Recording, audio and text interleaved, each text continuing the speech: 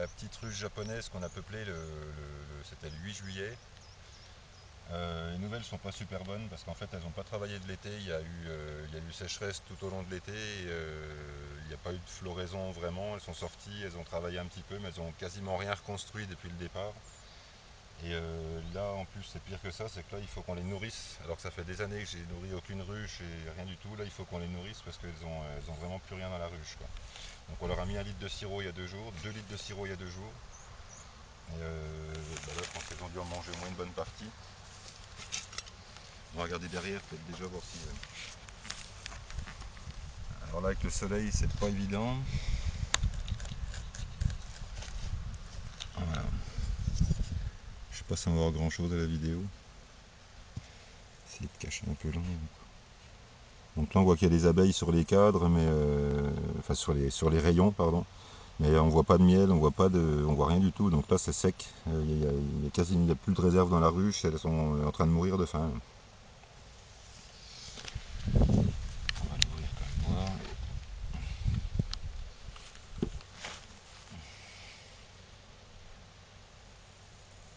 Il y a un petit peu des fourmis, mais ça c'est pas grave, au contraire, à la limite c'est pas plus mal. Ah bah elles mangent au moins. Là, on les voit bien dedans, elles sont toutes. Là on peut pas faire plus chargées, elles sont toutes côte à côte en train de manger, donc elles crèvent de faim quoi. Alors qu'on leur a pas tiré de miel, on n'a rien touché depuis qu'on les a mis. Mais bon, les dadans sont pareils, hein, les dadans, il y en a plein qui n'ont plus de réserve et qu'il faut nourrir aussi cette année. Donc avec la sécheresse qu'il y a eu, il n'y a pas eu de floraison, il n'y a pas eu de nectar et du coup ils n'ont rien rempli du tout. Je vais essayer de sous-peser la ruche pour voir si elle est.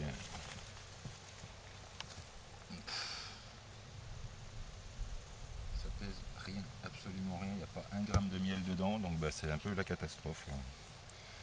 Alors comme on n'est pas à côté, je vais leur remplir le truc, même s'il n'est pas vide. Je vais leur remettre 1 litre de sirop dedans, donc là ils ont dû boire 1,5 litre à peu près.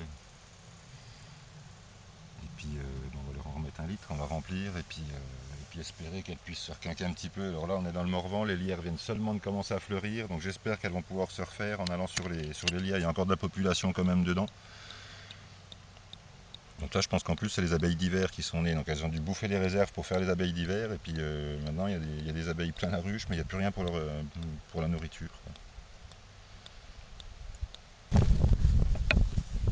Là, on voit rien avec la lumière, le soleil. Ouais, donc là les plaques arrivent, ouais, elles remplissent de hausse en fait à peine, quoi. Donc il y a quand même encore de la population. Il va filmer quelque chose. On verra ça.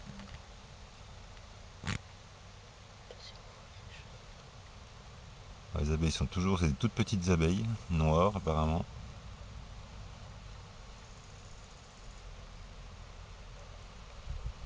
On leur mettra un petit truc isolant aussi au-dessus pour l'hiver, parce que là l'hiver est froid, là, donc on leur mettra 2 carrés de moquette dessus quand on aura enlevé le nourrisseur.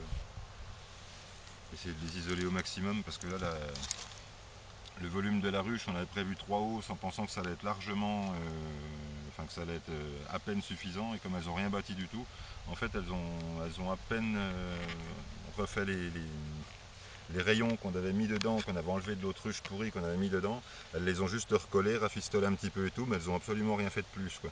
Et elles ont même collé la plaque qui était tombée par terre, elles l'ont collée sur le bord, et cet été elles s'en servaient pour stocker de l'eau. Donc elles mettaient de l'eau dedans et rien d'autre. Donc elles stockaient l'eau dans la petite machine qui est en bas, je sais pas si on va la voir, est-ce que tu peux regarder par là?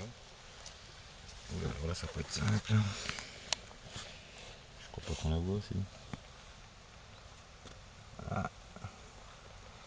Voilà, ça c'est la plaque de couvain qui était tombée, donc qu'on a laissé tel que en fait. Donc les abeilles sont nées et puis elles se sont servies de la plaque, elles ont collé sur le bord. En fait, je pensais qu'elles allaient l'évacuer ou au moins l'abandonner, elles ont tout collé sur le bord, quoi. Donc elles s'en servent. Elles n'ont rien reconstruit, mais par contre elles se servent intégralement de tout ce qu'on leur a laissé, quoi. Elles ont stocké un petit peu de sirop, on dirait qu'elles arrivent à.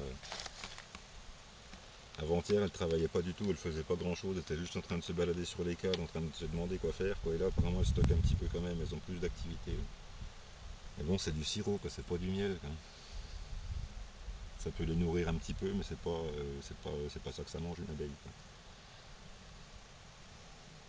Si on leur ramènera du miel, au pire, mais bon, je suis pas sûr qu'on les sauve, donc on verra bien. ben voilà, les premières nouvelles sont pas géniales. J'aurais préféré des nouvelles meilleures que ça, mais bon.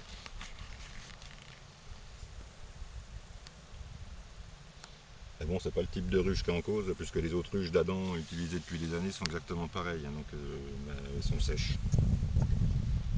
Y compris celles où on n'a pas tiré de miel du tout, qui n'ont pas eu de hausse de l'année, elles sont sèches aussi. À part quelques-unes qui sont pleines à craquer. Des abeilles qui sont dans les mêmes ruches depuis plusieurs années, voire 4-5 ans, qui n'ont jamais été remérées, qui n'ont jamais eu de changement de reine ni rien, et elles se débrouillent et ça va, mais bon, celles-là apparemment c'est pas les mêmes. Juste un truc, ah oui, sur la première vidéo j'en ai pas parlé, et ben, j'en ai pas encore parlé dans celle-là non plus, le plancher. Oui, donc comme là la ruche est petite à la base et risque de monter à plus d'1 mètre, et il faut impérativement qu'elle soit bien verticale. Donc le souci c'est que sur les dadans, j'aime bien pencher la ruche vers l'avant pour évacuer les saletés, la condensation et même les varrois. Et là du coup le plancher est complètement penché. Donc je sais pas si on voit l'angle là. En fait il est là, si je suis l'angle du plancher, voilà, le plancher est à peu près comme ça dans la ruche, quoi. Donc autrement dit il arrive au ras d'ici et il arrive au ras du dessus là. Donc il est comme ça et bah, apparemment ça fonctionne pas mal puisque dedans, en regardant par la petite lucarne derrière, on voit qu'il n'y a il n'y a pas de. Il n'y a pas de saleté, il n'y a rien, le plancher est propre comme au premier jour, il n'y a aucune merdouille dessus, rien, donc tout est évacué au fur et à mesure. Donc apparemment ça fonctionne pas mal, donc ça je vais généraliser ça. Les prochaines japonaises qui vont être un petit peu plus grosses, qui vont être qui vont avoir des codes de l'Ayens en fait à l'intérieur. La même hauteur mais avec des hausses un petit peu plus larges pour en empiler moins et que ça fasse moins haut avec un petit peu plus d'embase. Et bah, je vais faire la même sorte de plancher parce que celui-là a l'air d'être vraiment bien. J'aime pas trop les planchers ajourés complètement en dessous. Donc il y a juste 2 petites aérations derrière. Et en plus le plancher fait chicane puisqu'il est fermé sur 3/4 et l'air passe juste par le dessous là. Et ensuite elle est redistribuée dedans par 2 petits coups de scie cloche avec un petit bout de grillage dessus, quoi.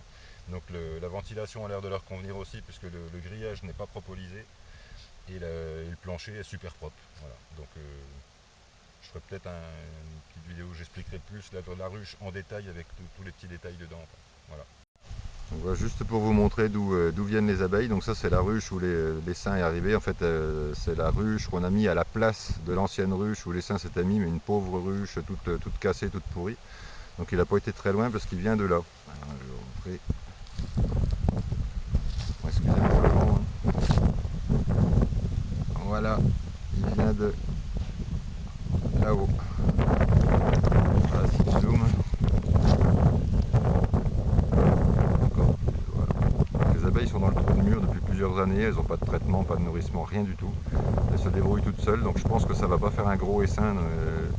Elles sont dans un trou de mur qui est tout petit, on a regardé dedans, vu l'épaisseur du mur et vu comment il est fait, on comprend même pas qu'un essaim puisse se mettre là-dedans, quoi. Mais bon, ils ont réussi à faire un petit essaim quand même, donc on a logé dans la ruche japonaise qui est une 50aine de mètres et on va les nourrir et j'espère que ça va aller parce que sinon on va en fond, quoi. Pas de maladie particulière, mais elle crève de faim, de toute façon.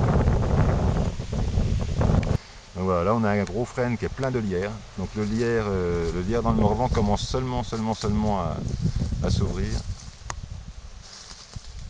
Et encore, celui-là il est en retard, voilà. Celui-là n'est pas du tout ouvert encore. Donc j'espère que c'est ça qui va sauver les abeilles si le temps se maintient. Donc là ils annoncent de la pluie pour les 3 jours qui viennent. Donc s'il pleut un petit peu et que le temps veut être assez clément pour que les abeilles puissent profiter de la mielée de lierre, normalement elles sont sauvées, quoi. Y compris celles qui sont dans le mur parce qu'elles doivent crever de faim aussi, quoi. Donc là on n'en voit pas en fleurs. Alors, je vais aller voir un autre un petit peu plus loin. Alors là voilà, ça c'est un tout petit lierre, enfin il est plus petit que l'autre, c'est toujours un frêne. Donc celui-là est tout petit par contre, mais il a commencé sa floraison et ça se voit, il y a déjà des mouches qui viennent dessus, il y a déjà des fourmis qui sont dessus, il y a des tas de bestioles qui viennent butiner le nectar et le pollen. Donc là voilà, je compte là-dessus vraiment pour sauver mes abeilles, là. Donc là juste pour vous donner une idée du lierre, ce que ça peut donner. Voilà, donc l'arbre est monstrueux, l'arbre est énorme, hein. Donc le lierre il y en a depuis le bas, il est en fleurs, enfin en bouton pour l'instant, les fleurs sont encore pas ouvertes, hein. Et donc là tout ça, c'est du lierre. Donc là il y a déjà plusieurs kilos de lierre, kilos de miel juste là, quoi. Là, je suis sous un cèdre qui est vraiment mais monstrueux, quoi. Il est énormissime. Donc pareil, c'est juste à côté de la ruche, elle n'est pas très loin, elle a une 60aine de mètres, 70 mètres. Et donc celui-là est carrément monstrueux et je sais pas si elles vont sur le pollen de cèdre, mais voyez, ça pollène un petit peu là, hein, ça pollinise pas mal là. Donc ça, je pense que ça va leur faire du bien aussi si elles peuvent aller dessus, quoi. Mais je sais pas encore, il faudra que je vérifie si elles vont sur le cèdre ou pas, j'en ai aucune idée, quoi. Donc bon, si elles vont sur le pollen de cèdre, juste avec celui-là, je pense qu'elles vont avoir quand même pas mal. Ah, je dézoome à fond. Voilà, il est là, il est monstrueux, monstrueux.